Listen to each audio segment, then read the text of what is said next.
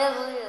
A mensagem do nosso Senhor, que conosco também está. O Senhor é maravilhoso, glorioso para abençoar.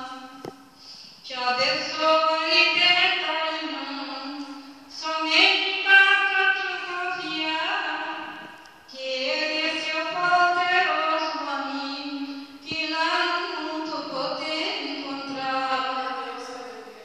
É seu poderoso amigo, irmão, que lá no mundo poder encontrar, através do Evangelho Sagrado, que também foi anunciado. Vai levar a boa nova, irmão, para esse que no mundo está. Vai dizer que o Senhor é maravilhoso, glorioso para abençoar.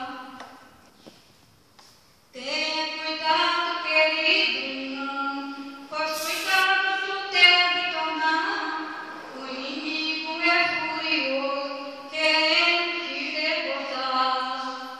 Mas tu tenha fé em Jesus, que vai te dar luz e vai dominar.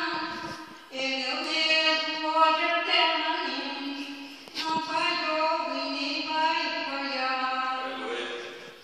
Tu tá aflito, problemado, irmão, põe o joelho no chão, vai orar.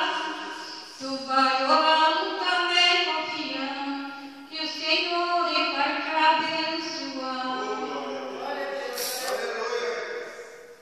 Quando for na igreja, irmão, tu testemunho tem para contar.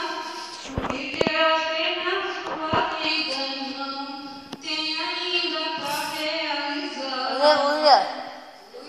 Assim, agradeço a oportunidade.